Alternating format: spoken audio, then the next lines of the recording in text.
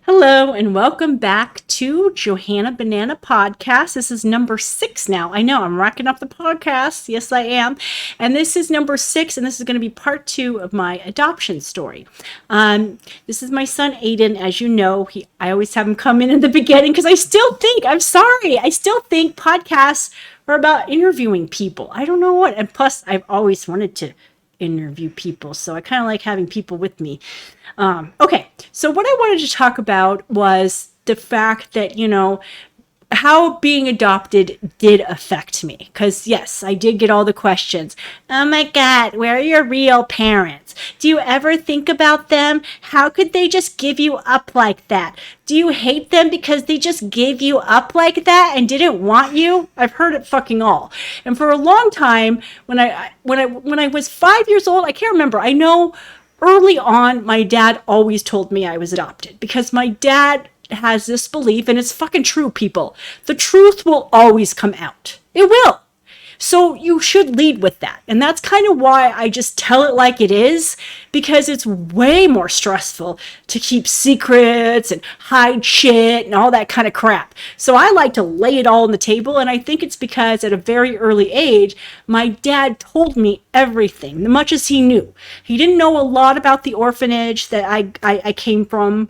I think it was kind of like, I hate to say this, but I think it was kind of like an inside job. Like he kind of knew people and they were like, yeah, Father Pout, we got this baby finally for you. And it kind of like, it kind of worked out like that. He didn't have all the documentation, and I think that, yeah, so there wasn't a lot. So that was another thing that why I never wanted to search for my parents was because, one, as we all know, I'm just technically Latin. They probably don't even speak English. I used to tell that to people. I mean, they don't even speak English anyways. Why would I find them? Number 2, I believe everything happens for a reason, even bad things, So when things happen to you, you have to know that that is the universe. Everybody's on a path. And I feel like that was the path that was chosen for me. Some people say you choose that path. I don't know. I'm up for debates on that. But I always knew, and it never bothered me. I never wanted to find my biological parents. I never did. And I think it's because I was so close to my dad, and my dad was so loving and so wonderful. I had all my needs met. The family that I was adopted into on my grandmother's side, I don't really know a lot about my grandfather's side of the family, but my grandmother's side, everybody lives in Nogales, wonderful people. And so I was adopted into a very loving, supporting family. Plus, I had the church family as well. They were very loving and supporting too. And so I didn't feel unloved. I didn't feel like I needed to look for love outside the home. However, there were a couple things, okay? One, I didn't like the fact that, well, nobody looked like me, hereby, even though people always, they if they didn't know I was adopted and they see how tall my dad is, how many people tell me, oh, you're tall like your father. Okay. People want to see what they want to see, So anyways, but I wanted somebody to look like me. Now, when I was a teenager, I never wanted to have a baby. I know every teenager says that, including mine.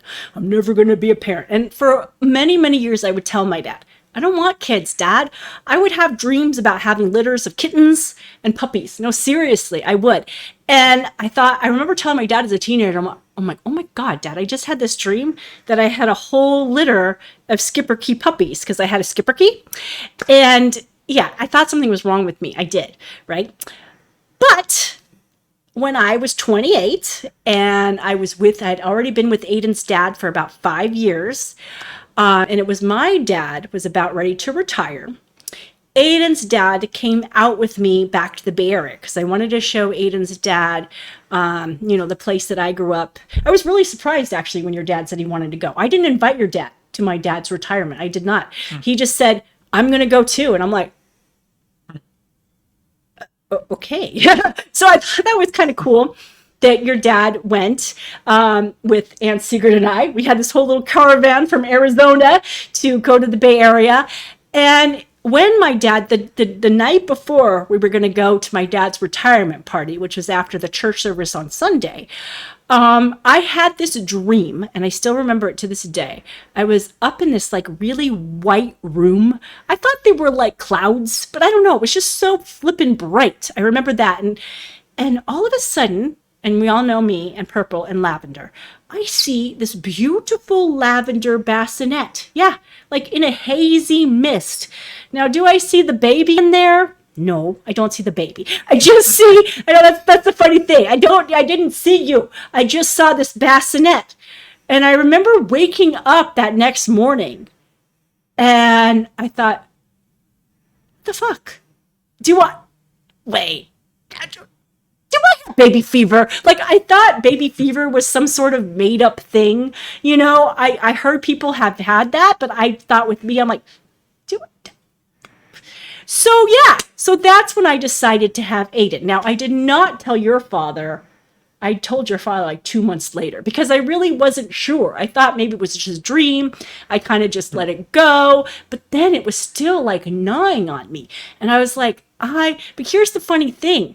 I didn't want to marry Aiden's dad. I didn't. I just wanted a baby. That's all I wanted, right? But because, I know it's kind of weird, but because of my church upbringing, I thought, holy crap, I better get married first. Like, I didn't want to be like this unwed mother. I know even in modern times, even in like 2000s when everybody is like an unwed mother and everything.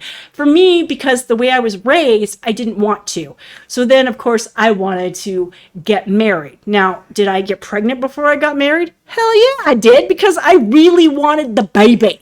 So yes, I married Aiden's dad 7 months pregnant with a lavender dress, because I remember your great-grandfather said, well, you can't wear white. Yeah, I know, I can't wear white. But what having Aiden did for me is, first, I had somebody that looked like me, okay? And I will remember this to this day, okay? I'm sorry to have to tell you this story. Aiden has heard this story 50 million freaking times. Okay. I had to have a C-section because I had all these fibroid tumors on the outside of my uterus, right? So, and Aiden's dad was in Chicago. And to be honest with you, I was relieved because Aiden's dad doesn't, I used to tell your dad this, Aiden, that your dad doesn't do life. He doesn't do shit. He doesn't do vomit. He doesn't do blood. And I'm like, yeah, you don't do life. I'm sorry. You're a human being. You're going to shit. You're going to pee. You're going to throw up. You're going to bleed. Okay, I'm sorry. It's part of being a fucking human being. And your dad couldn't deal with that. I still remember at one point he told me, and I was like, what the fuck, dude? Seriously? He told me, he's like, when he found out I was going to have C-section, yeah. It was like he was going to get cut open, right? He's like, I don't know about the C-section thing. Can I just hide behind the curtain with you because they put this like sheet up?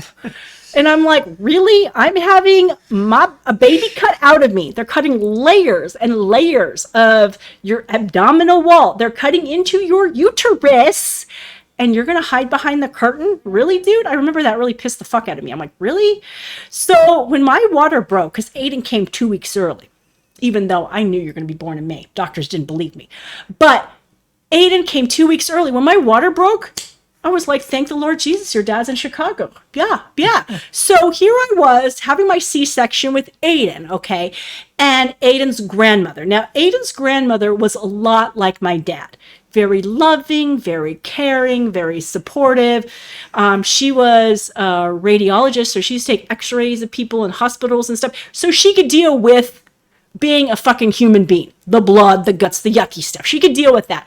And I felt so relieved, because I was just like, thank God. Because who wants to deal with somebody being a bigger baby than you are when you're having a fucking baby, right? Really.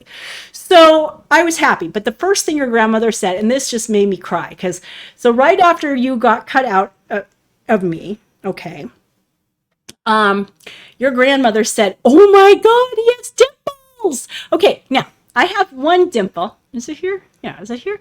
I see, this side, right? I have one dimple. Aiden has two dimples. And it wasn't until the end of my pregnancy that I was reading this pregnancy book that the mother passes down dimples. Dimples are on your mom's side.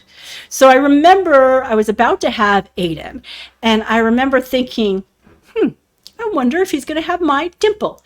He didn't just have my dimple, he had two dimples. And I'm going to show you something that's just incredible. And it made me, it kind of filled that hole. Because adopted kids, I don't care how loving and wonderful your life is, the fact that you were given up as a baby, it does affect you. I'm not going to say that it doesn't affect me.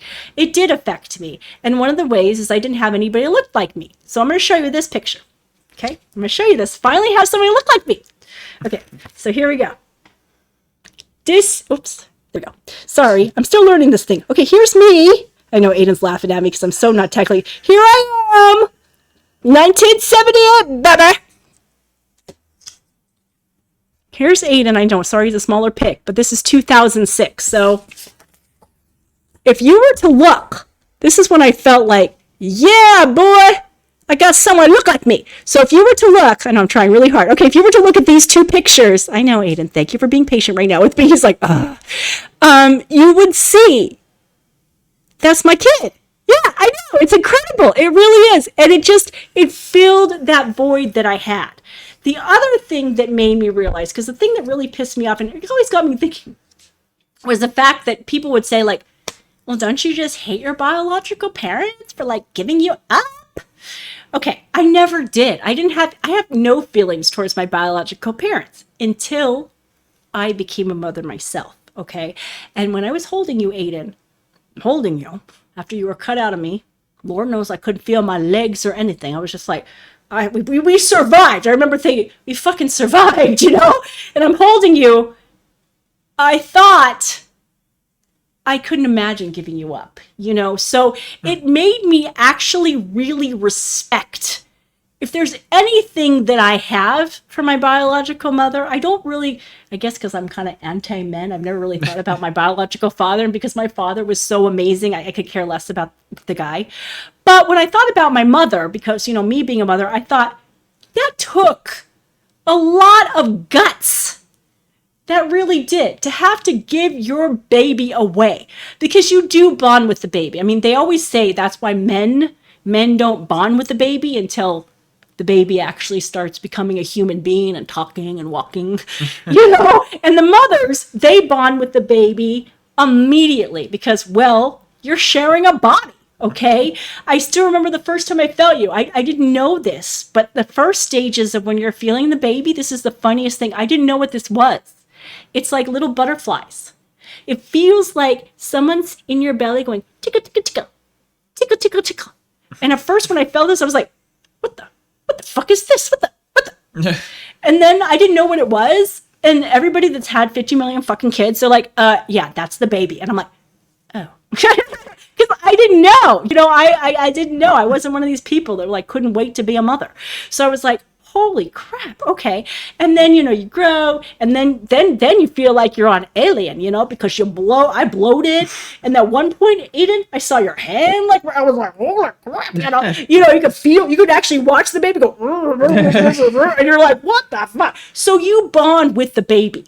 And I thought, this woman, I was thinking about my biological mother, I thought, this woman carried me for 9 months, and then had to give me up.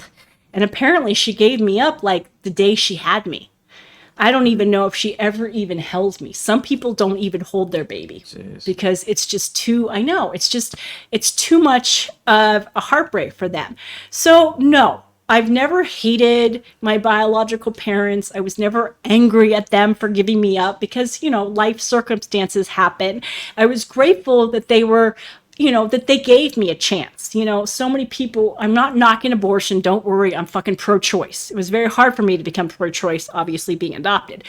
But, you know, I often think that sometimes the abortion is an easier way, you know, and I'm grateful that she endured her body changing because your body will never be the same. That's another thing, you know, and oh my God, it really pisses me off when these men give you shit about it. Like, oh, I see your stretch marks. Fuck you. I brought a life into the world. What did you do? Eat a Big Mac? Give me a break.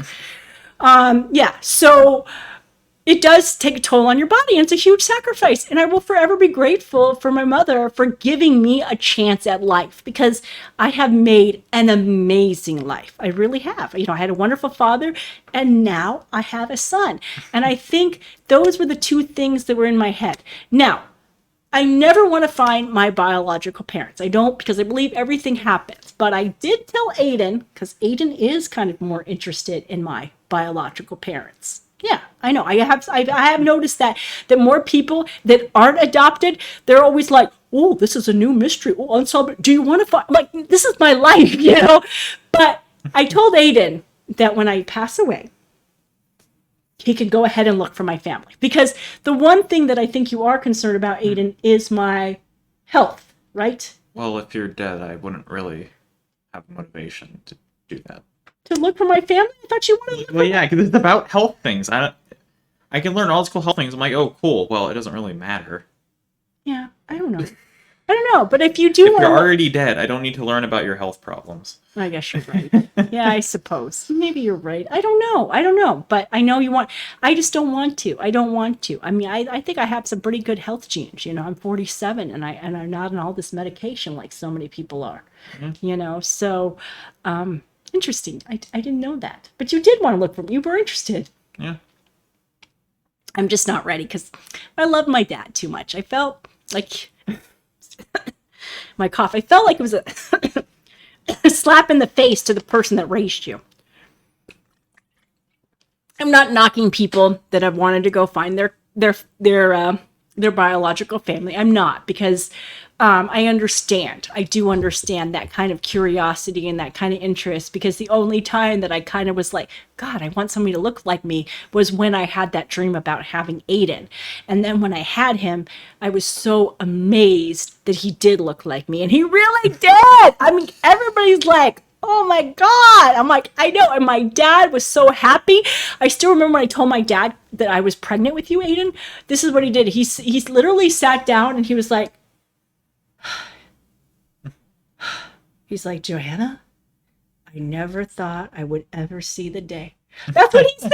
Yeah, as if I was something like pushing 40 and finally pregnant. I was 28, but it was funny. And I was just like, yeah, it was really cool, because the thing is, my dad loved people and he loved kids. And so the way I love animals is kind of how my dad loved children and people. So I kind of got that, but it was amazing. And let me tell you, yes, my dad did not get up, as I said before. He did not get up. He did not have to do night feedings with me. I don't know what the nuns did to me at that orphanage for the first 3 weeks of my life, but I slept through the night. With Aiden did not sleep through the night. He was 6 months old, but that was only because you were hungry. It was once you started to eat like rice cereal. I would make you these milkshakes. I'd put rice cereal in your formula at night so you would sleep through the night. It made a big difference. But my dad, when we would go down to Nogales, because I spent a lot of time in Nogales, because Aiden's dad traveled a lot. So I was kind of a single parent, but I didn't have to financially hold down the fort. I was still dependent on the pee-pee. But I would go down to Nogales and my dad would get up and do night feedings. So my dad was a night owl and he would let me sleep. I know. This is the amazing thing of my father. My father was the best man in my life. And I think that's why I've never found another guy to ever compare to him. But he would get up and do night feedings with you, Aiden. Yeah, he really would. Yeah. So anyways, that's a little story into some of the feelings that I had about adoption and having Aiden. And I don't know, Aiden, what is it like having a mom that was adopted? Do you ever think about any of that? I don't know. Do you? Not really. Not really. No. I know. I've never felt a need, because the family that I was adopted into was really wonderful, you know? So I never really felt a need. Yeah. Anyways, okay, we're going to get into part 2 now. Thank you, Aiden, for joining me on this. Now Aiden's going to go and I'm going to finish. Okay, so I want to share some more pictures with you, because I want to show you some of these things of my adopted mother that I spoke about last night. I want to show you some family pictures, because it wasn't until, this is the really sad thing, it wasn't until my dad passed away, that the floodgates kind of opened, that I was able to finally see pictures, because I didn't really see a lot of pictures of Mercy, my dad's wife, my adopted mother. I think because it was really heartbreaking for him. My dad was madly in love with her, but life, made it so that they couldn't be together. And so he never really talked about her. I think he also felt kind of guilty because, we all feel guilty. Trust me, I feel guilty when I got walked out on. God, my kid's from a broken home. Nobody wants their child from a broken home. But unfortunately, it's modern day, So I'm going to show you some pictures that I did not see until recently. Probably about 4 years ago, these pictures now have come into my life. Okay, so here's one. I know it's so hard. I'm trying to get this. Okay, here we go. There we go. There's one. All right. This one I actually like because it's more of a candid. I never want to look at this. We look like I'm such a little girl there. And because she was Colombian too, we did, have similar coloring. Now this one I think is kind of funny. Both my dad and my adopted mother smoked. And everybody did back then in like the 60s and the 70s. And nobody knew about this whole secondhand smoke. Don't smoke around the babies, right?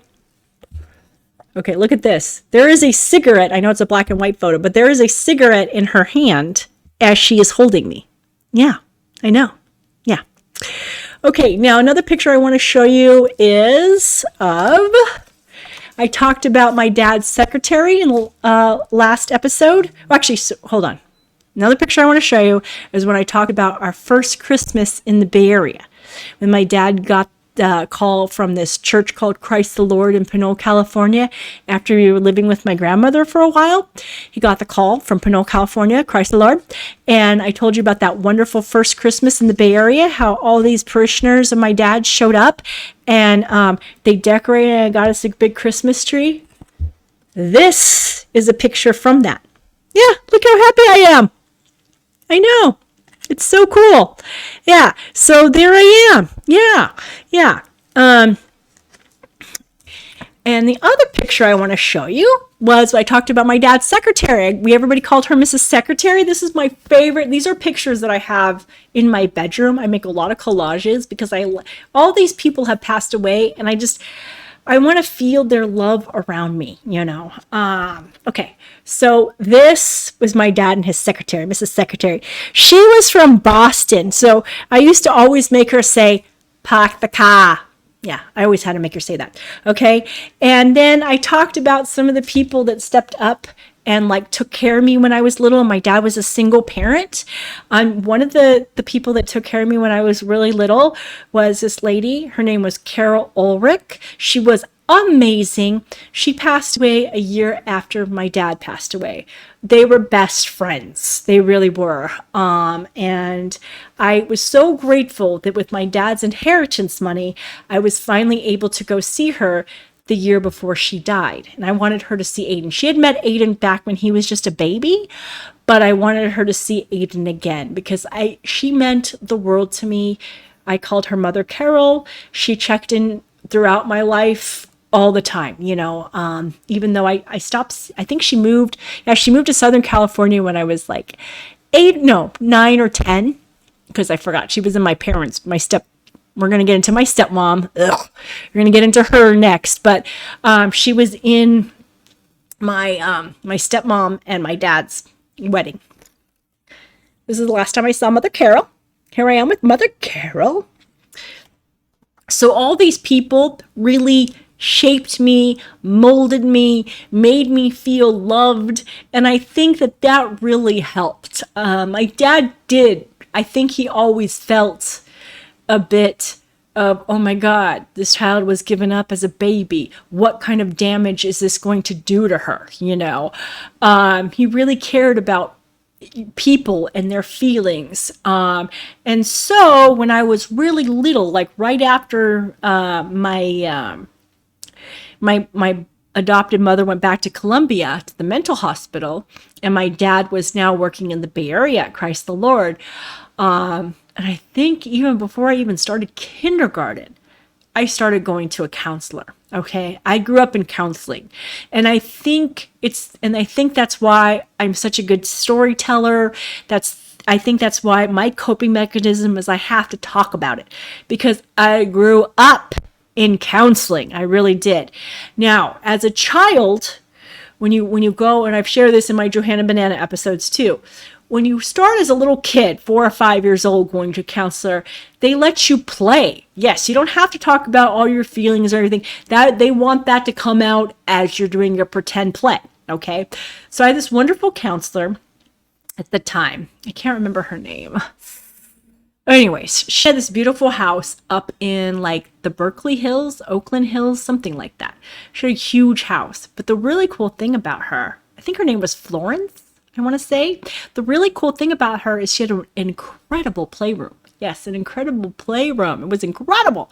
She had these 2 sandboxes, really tall sandboxes, like kid level height. Okay, and they were huge. But the really cool thing is she had all these figurines. You see at Michael's, like you could make a little menagerie. She had all these like figurines. Sorry, my cough. So you could make like a scene in these sandboxes.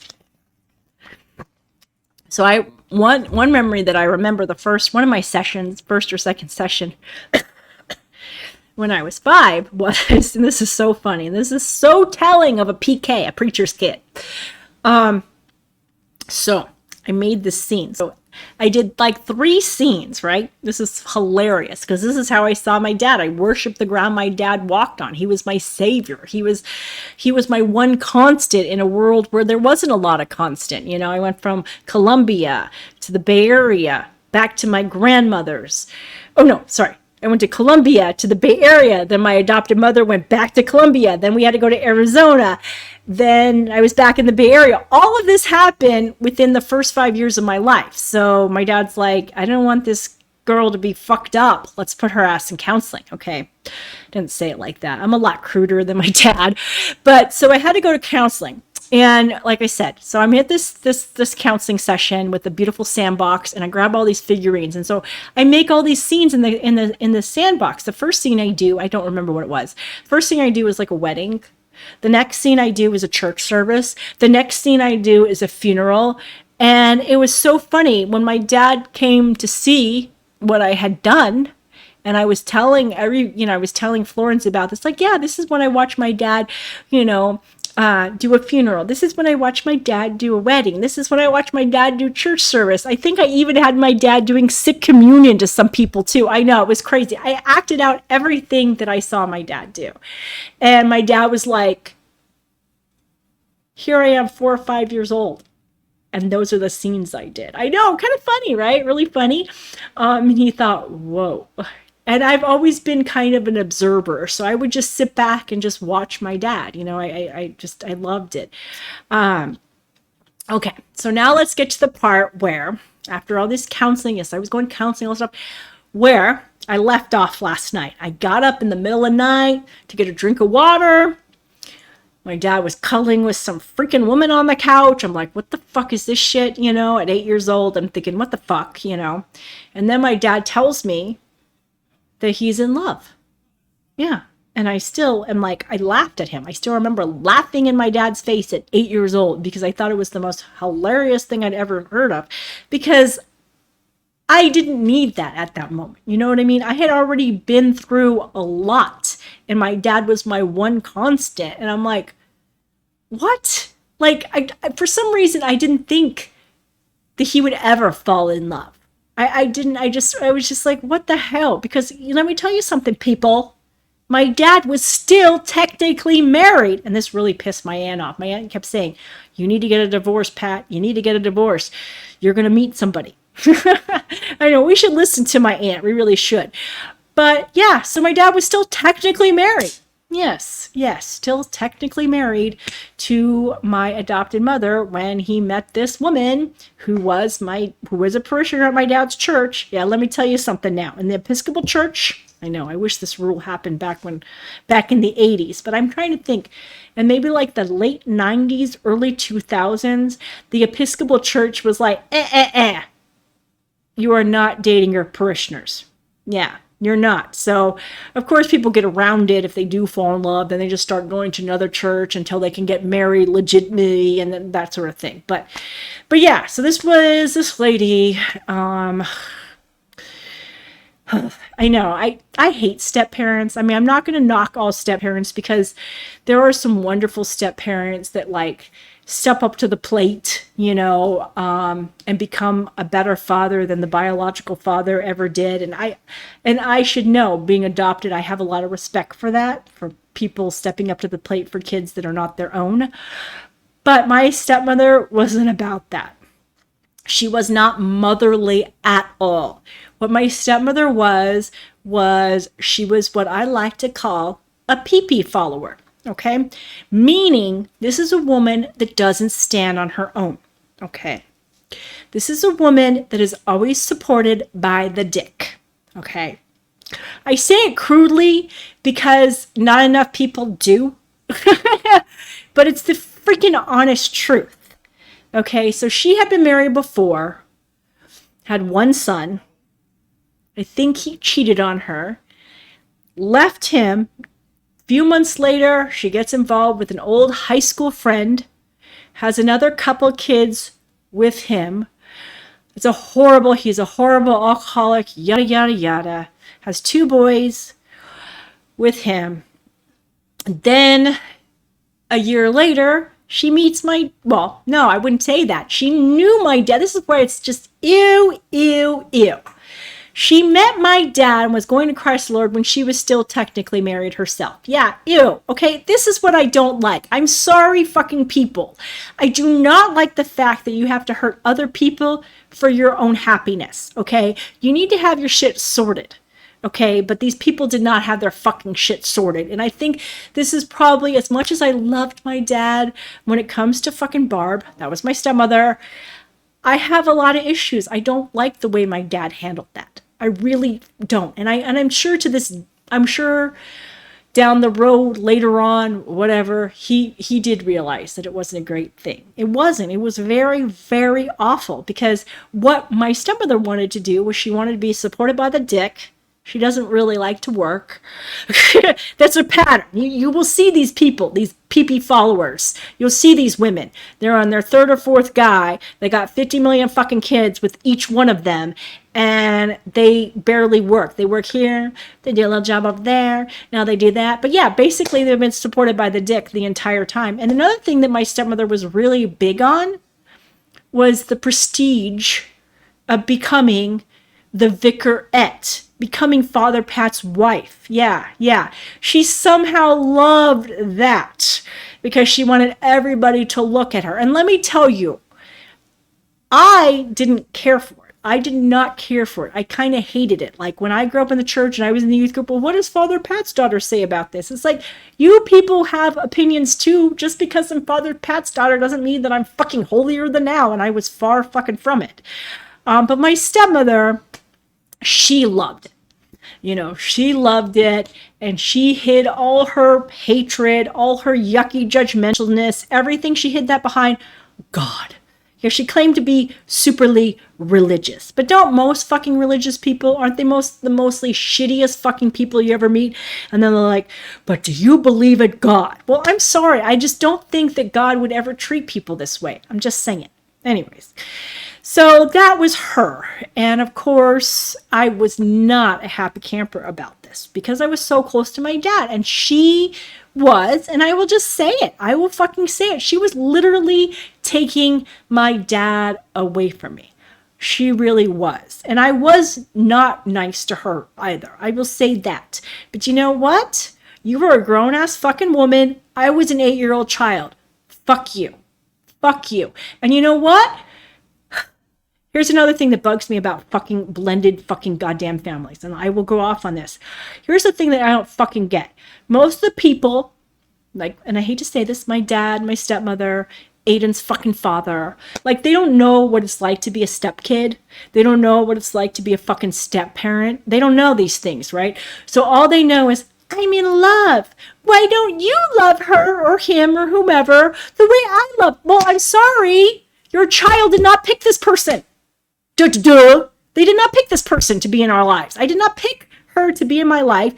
And it was awful. Yes, it was awful. Awful, awful.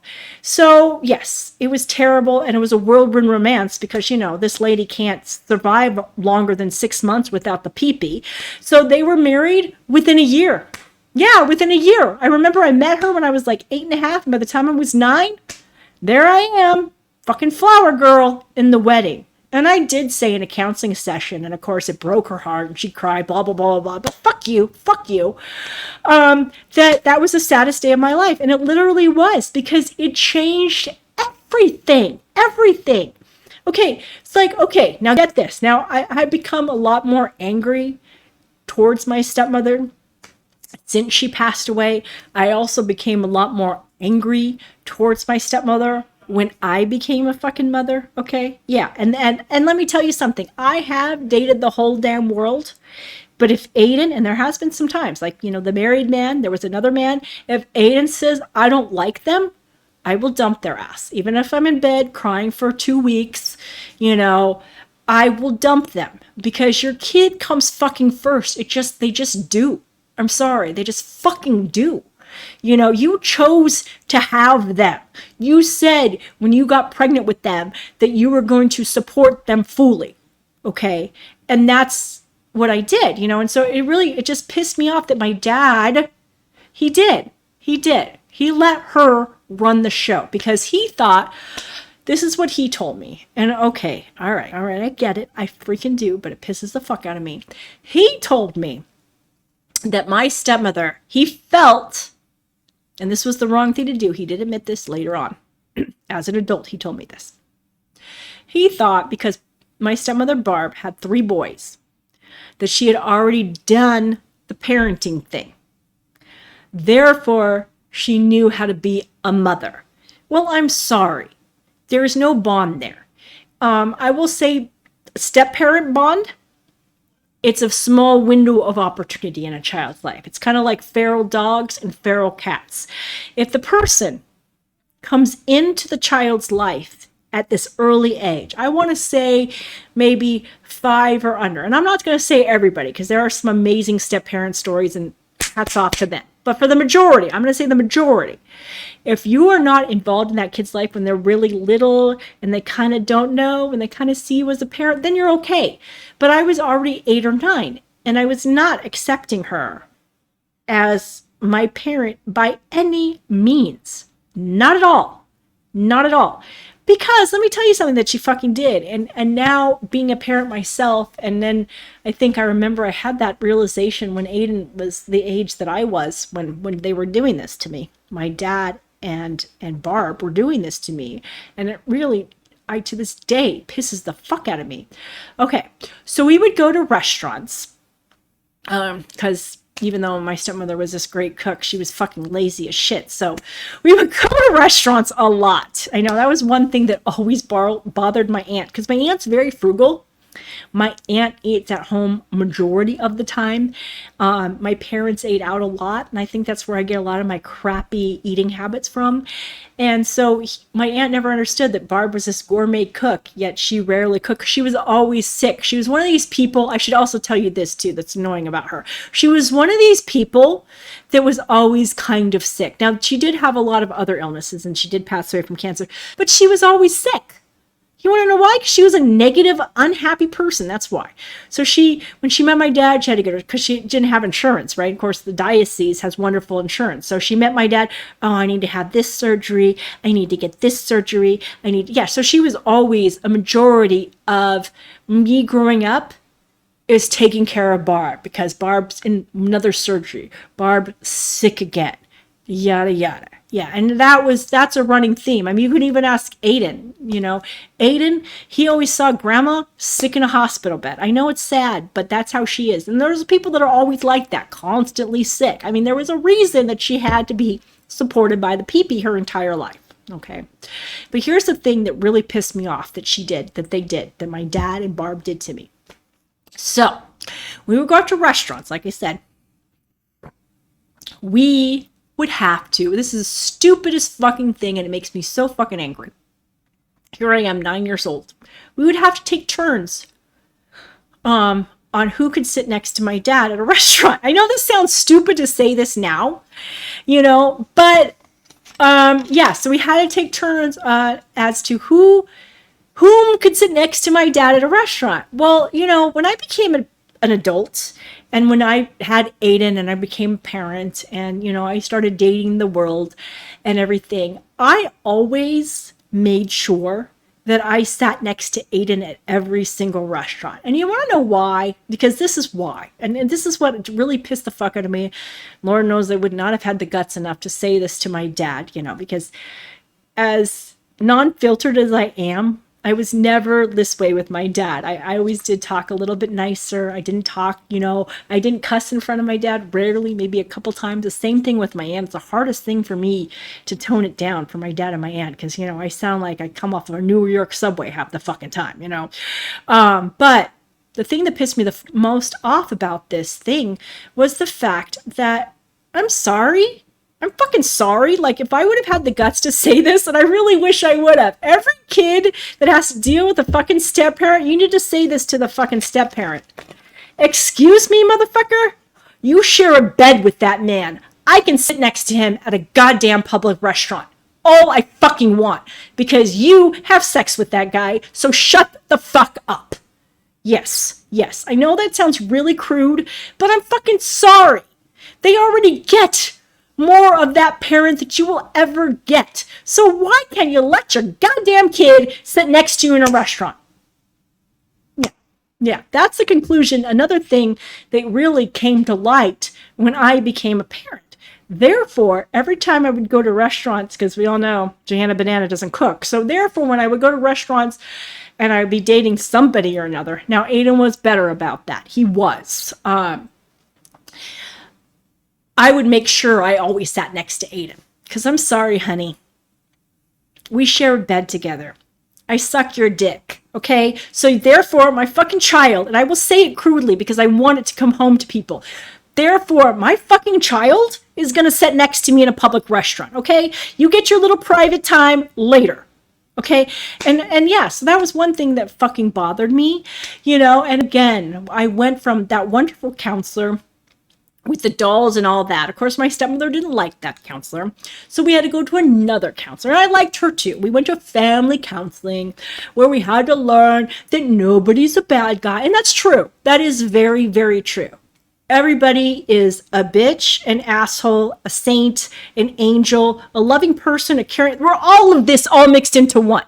Now, are we all that at one time? No, we're not. But you need to fucking embrace that. Okay, you just do. And that is one thing I will say. Okay, my father, I love him, I do, and I'm sorry about, you know, I do feel bad that when it comes to Barb, ugh. But my father instilled in me, and I'm very forever grateful because a lot of people didn't have this growing up. My father was very non-judgmental, and he let me feel my emotions. Of course, Barb hated this because, you know, I was the fucking drama queen bitch. Oh, yeah, she called me Princess Thundercloud. That's how she liked to tease me. At 8 or 9 years old, I was Princess Thundercloud. Yeah, and you're a grown-ass fucking woman making fun of a child. Yeah, hats off to you, lady. Okay, so my dad said you have to feel what you feel. You know, my dad said feelings are facts. Okay, so there's nothing wrong with how you feel. Okay, if you want to, you know, just and go with it, you know, because there are times I want to fucking rip somebody's head off. Yes, I know it sounds horrible, but you have to live in that feeling, and there's nothing wrong about it. What makes and breaks you is what you do with those feelings. You know, and another thing that my dad instilled in me too, and this is why I will own my shit every fucking goddamn time. And people are like, you just admitted you're wrong? Yeah, I'm gonna fucking admit I'm wrong. Everybody fucking should, because we're all wrong from time to time. Grow the fuck up. Okay, so another thing that my dad instilled with me is that everybody makes mistakes. It's how you handle your mistakes. Yes. Hello. So that's why I am very candid. That's why I'm very open. That's why I think it's very, as they say in Spanish, and I love this word, I say very importante to be your authentic self, flaws and all, because that's just being a human. I think the thing that pisses me so much, and I think this is why people are so fucking cranky, because I've said we're on a big balance beam, people. We are. We're always on a big, don't eat too much, don't sleep too much, don't do that, don't do that. But the thing is, we have to just embrace that failures and being bitchy and then being a saint the next minute, that's just part of being a human being. You have to embrace that. And I really hate the fact that there are so many people out there that are just too cool for school and will never admit their flaws. I don't know how, I don't get that. I really don't. And so those are the two things that growing up in counseling and my dad did instill with me. And that's kind of why I am the person I am today. Yes, I am. And I'm very forever grateful for that. I'm forever grateful for that. I'm also very grateful that I know myself more. And I can articulate my feelings. A lot of people can't even articulate their feelings. And I do have a lot of respect for my dad for me growing up in counseling. I do also respect that I could tell my dad anything and everything. He was my best friend. So we're going to still stick with, so I was 9 years old when my dad married Barb, right? And we're all in family counseling and all of this stuff is going on, right? Well, we're still not getting along, Barb, a lot of people, and this is the funny thing, it wasn't until after my stepmother passed away and I took Aiden back to the Bay Area because I wanted him to see the church that I grew up in. I wanted him to meet some of these people that were involved in my life since I was little, because I will say something, the Christ the Lord church in Pinole, my dad started it when I was 3 years old and he ended it when I was 20 years old. So these people watched me grow up. Yeah, they really did. And they were like my second family, they really were. And thank goodness for them, because Barb, it was very, very, very difficult with Barb. It really was. Looking back on this, she was a very insecure woman. She was, a lot of people did tell me that, they're like, yes, we knew how difficult Barb was. We knew Barb mistreated you. I know all my dad's old parishioners were telling me this, and I was just shocked because I didn't really want to say anything to them. I never wanted to hang out, the dirty laundry to them, but they knew the struggles that we had, and they knew how difficult Barb was. That was the thing that I could not believe, is I felt so relieved that so many of my dads, I know this sounds kind of bad, but I was relieved that so many of my dad's parishioners saw Barb for the cold-hearted bitch that she really was. That they saw how jealous she was of me, that she saw how jealous she was of my dad's. She had to have my dad the entire time. It was so funny because she would just be like, yeah, your dad was so taken advantage of by your adopted mother because of her schizophrenia. Thank God I have my shit together. I'm just thinking, bitch, you're like one notch up. You're still as fucking needy, and you don't even have a diagnosed mental illness to back you. Yeah, she couldn't do anything without my dad. They were like glued to the hip. It was awful. She would preach. Like, I love all these women that preach. I've had other women too, the women that follow the pee-pee, preach about how independent they are, how strong they are, how they're so self-sufficient. It's like, excuse me? You've been married 4 times and you've been single a total of 6 months in these past 20 years? Really, bitch? Really? Yeah. So I do think that that's funny. And I think that they know that. So they like to overcompensate to be like, oh yes, I'm this strong person. Please. You've been supported by the dick the entire time. Shut the fuck up. Yeah. And I will say I am bitter and jealous of these women that have found wonderful men like my father, There are some other people that I know of. They have these wonderful men that like take care of them, buy them everything, and they just sit at home and they do their little hobbies. And yeah, I'm fucking bitter and jealous about that because, well, I never found that. But I did have my dad. I'm forever grateful for that. And I do have a wonderful son. I hate to say it, but I am a little needy with Aiden. Like, Aiden really takes care of me. And I think the reason being is because Aiden has turned a lot into my dad. He's very more compassionate, calmer, and more loving. You know, with me and my ADHD, we have to constantly look for people to kind of calm us down and regulate us. And like I said, I believe everything happens for a reason. I believe, this is not a Christian belief, but I believe in soul groups, and I do believe my dad and Aiden, and my girlfriend Sandy, because she believes in soul groups too, that we're all in the same soul group together, that we have been through different lives together, because I'm sorry, we just all mesh well. When you really mesh well with somebody, I believe that it's because we were together in a past life, which I know is an unchristian belief. I don't consider myself Christian anymore. I do believe in reincarnation, even though I was raised in the Christian church. I'm not knocking the Christian church. I'm not knocking the Episcopal Church because they're the most liberal, open Episcopal church. They're awesome. We had our first gay bishop back in the 90s. We have women. We have women as ordained priests. You know, one thing I do like about the Episcopal Church is women were treated equally, because I've researched a lot of religion, learned a lot about different religions, and I'm sorry, women are not getting treated very well in their religions. We're not. We often take a back seat to the men, but not in the Episcopal Church. And I will forever be grateful for that growing up in the Episcopal Church. Okay, so let's get into, we're going to end again on a very, very sad, sad story. Okay. And this is going to be the end of part 2, people. I know. But I'm ready to wrap it up. And I hate that I'm wrapping it up on a sad note, but I just kind of feel like once I talk about this, I don't know if I'm really going to be able to talk anymore. Okay, so here I am. You know, my parents got married when I was 9, and I'm trying to think how old I was when this happened. But I know I was in the 6th grade. I know that. So I think you're either like 11 or 12 in the 6th grade. I don't know. You know, this was back in like the 90s, late 80s, early 90s. I think I started the 6th grade in 1990, I want to say. Yeah, maybe. Okay, so I was in the 6th grade. Now, it was still very awful with Barb. We fought all the time. Barb was very strict. She was a very strict, controlling person. So I had to, there were so many things that I had to do. And I had all these chores. I had to blow dry my hair every night. I had to take a shower at night. I couldn't take a shower in the morning because that would wake her up.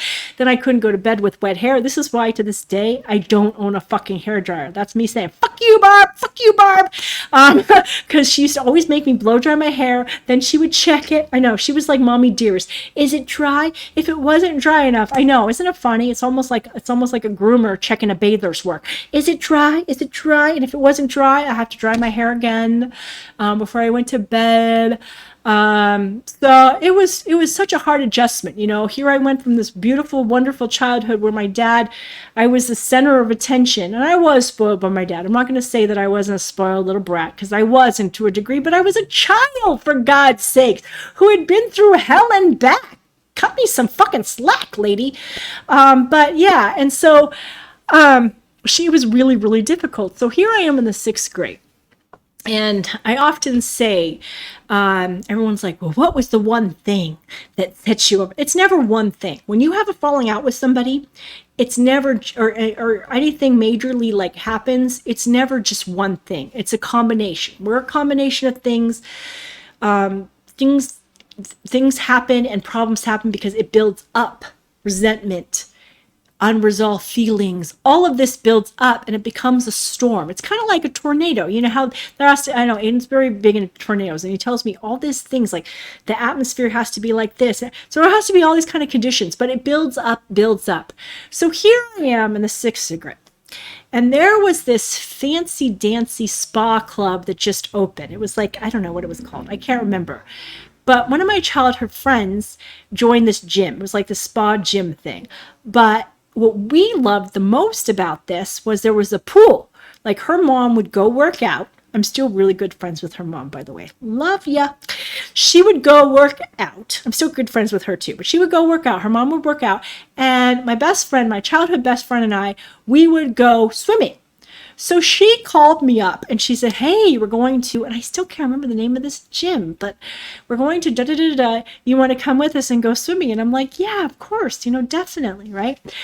And I was super excited. That's never changed about me. I've always gotten super excited. So I was super, super duper excited and I couldn't wait to go. And I asked Barb if I could go and she said no.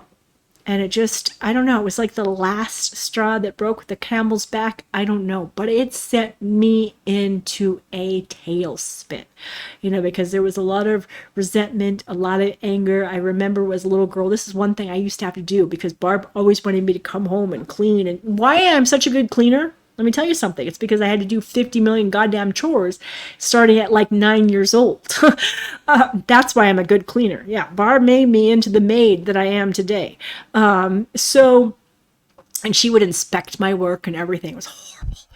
So it just sent me into this like spiral. Like I was spirals and it just pissed me off. I was so angry with her because I really wanted to go. It was like when at church services, I used to sneak rides from friends just so I wouldn't have to go home and do chores. Like I would just be like, and I remember one time I got my friend's car and they were driving away and Barbara just was like, and I'm like, yeah, bitch, bye. I'm not going to do your chores today. Goodbye.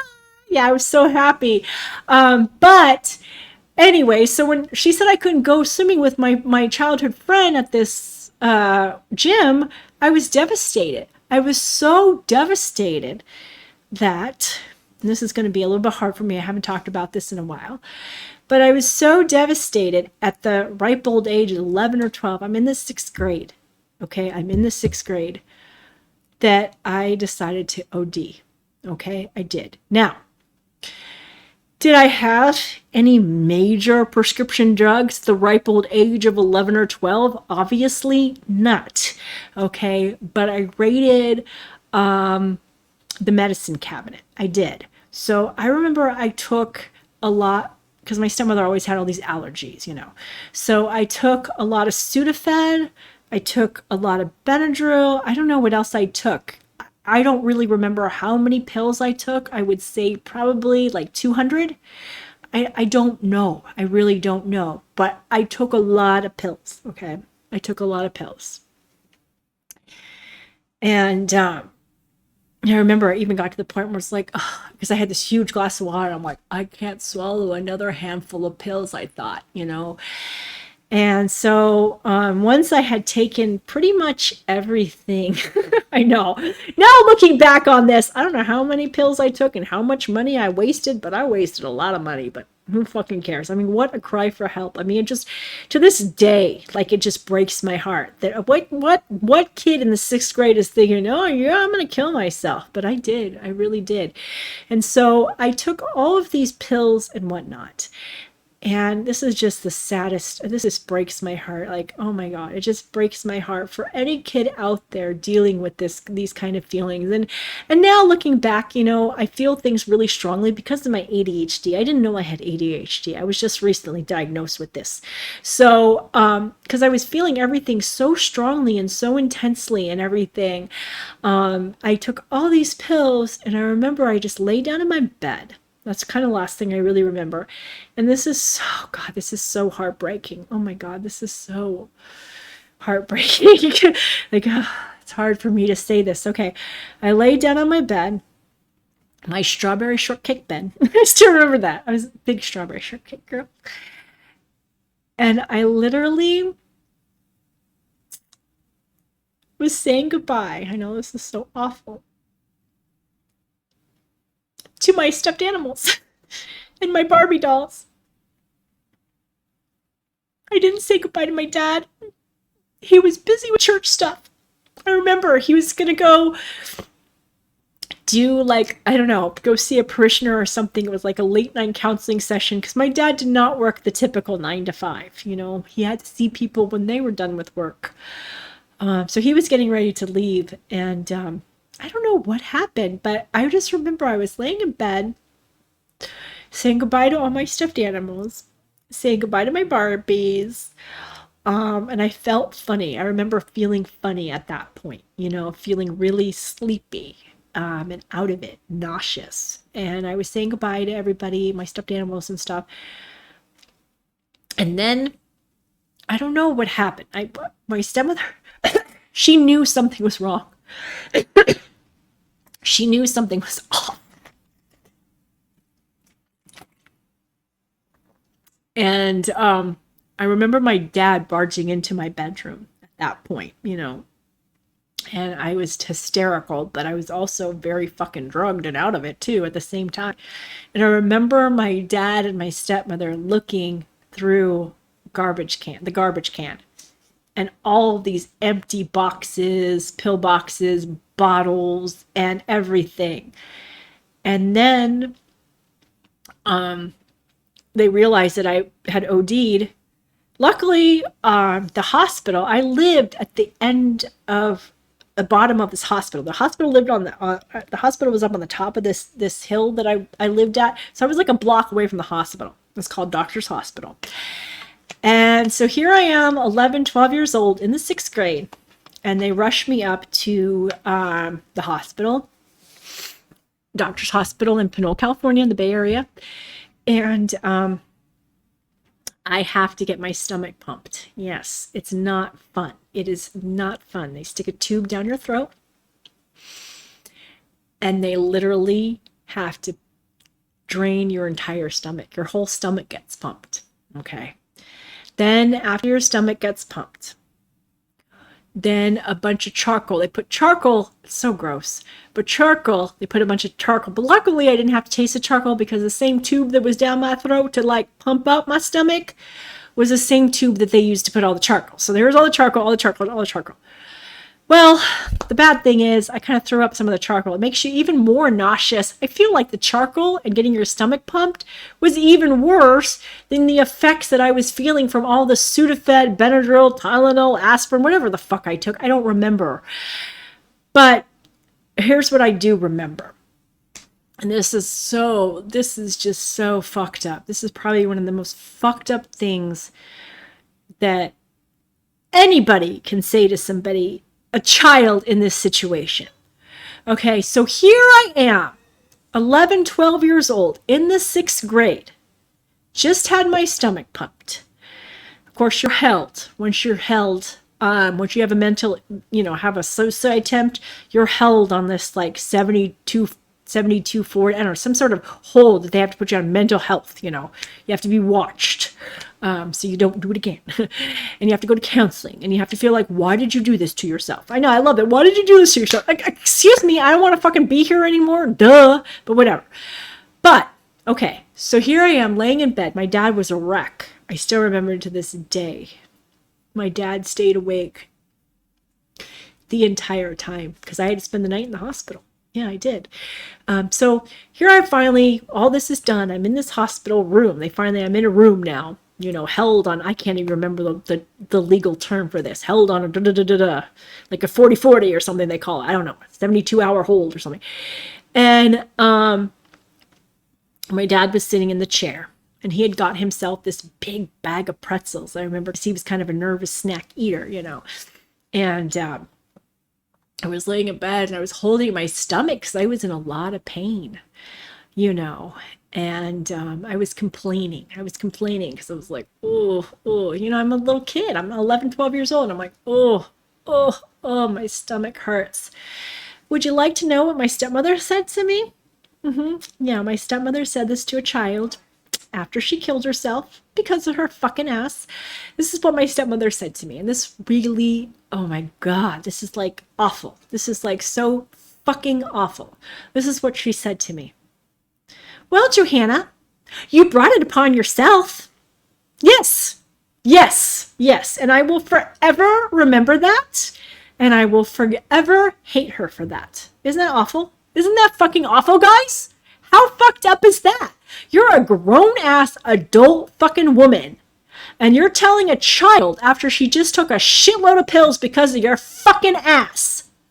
Well, Johanna, you brought it upon yourself. Yeah.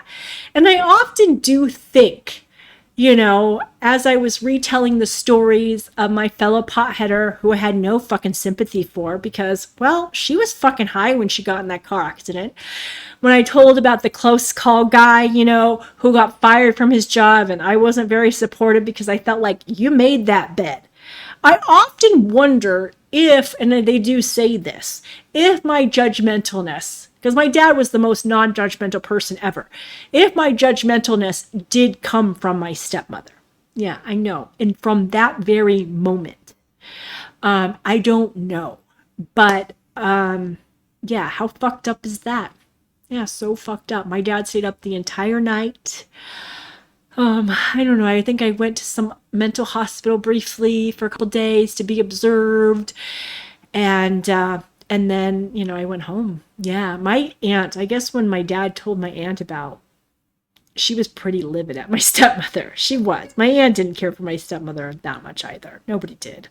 The only person that loved my stepmother was my dad and maybe her own kids. But let me tell you something. Her boys, they didn't choose to live with her.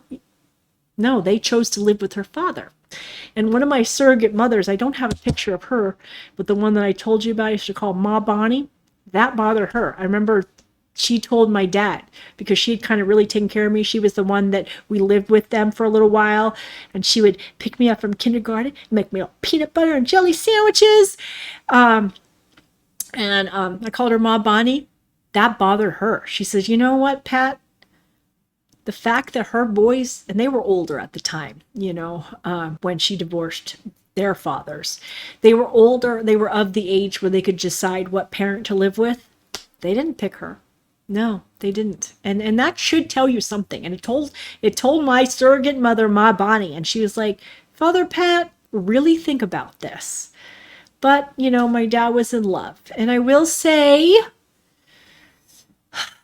that my dad and my stepmother, as much as this fucking kills me to say, they did have a good, healthy relationship. Apart from me, you know, I will, part of me is mad at my dad. You know, people always say, were you mad at your brother? I'm not mad at my biological parents, but I'm kind of mad at my dad for that sense, because I feel like he should have had my back. He should have stood up for me. He should have, you know, when she said that to me right after my stomach pumped and my dad was like hysterical thinking that he was going to lose me, he should have just, not that my dad would, but it was a definite like, fuck you moment to Barb. We should have said, fuck you, Barb. You know, fuck you. And to this day, fuck you, Barb. Yeah, I've never said that to her. I could never say that to her because I'm of the generation where you don't talk that way to your parents. One time, Aiden had the fucking goddamn nerve to say fuck you to me. And I almost murdered him. I almost did. I made him feel so guilty. I cried hysterically. And I said, you don't fucking ever pull that Jerry Springer shit on me. You do not. I don't play that shit. And I told him that. And I've told other guys too in a relationship, don't call me a bitch. Don't tell me to shut up, because I grew up a little sheltered. Okay. I know. That's kind of where I draw the line. But when it comes to Barb, fuck you, Barb. Yeah. So let's just end with that. All right, we'll just end with that because, you know, this is why I had to end with it. So, awful. We're going to get into my teen years. Yes, we're going to get into my teen years in our next chapter. But let's just end it like that. Yeah, because isn't that so fucked up? I was a child. I was just a little girl, you know, who had already been put up for adoption at 3 weeks old, who adopted mother left at 3 years old. I don't even have any memory of her, you know, who had to live with her. I went through so much hell, and Barb just didn't give a shit. She didn't put any of that, even though we talked about all through counseling and all yada, yada, yada. And she didn't come from a fucking broken home. She did all of that to me. And I don't think I will ever forgive her for that. I don't know. What do you guys think? Anyways, have a good night, and thank you so much for watching Johanna Banana.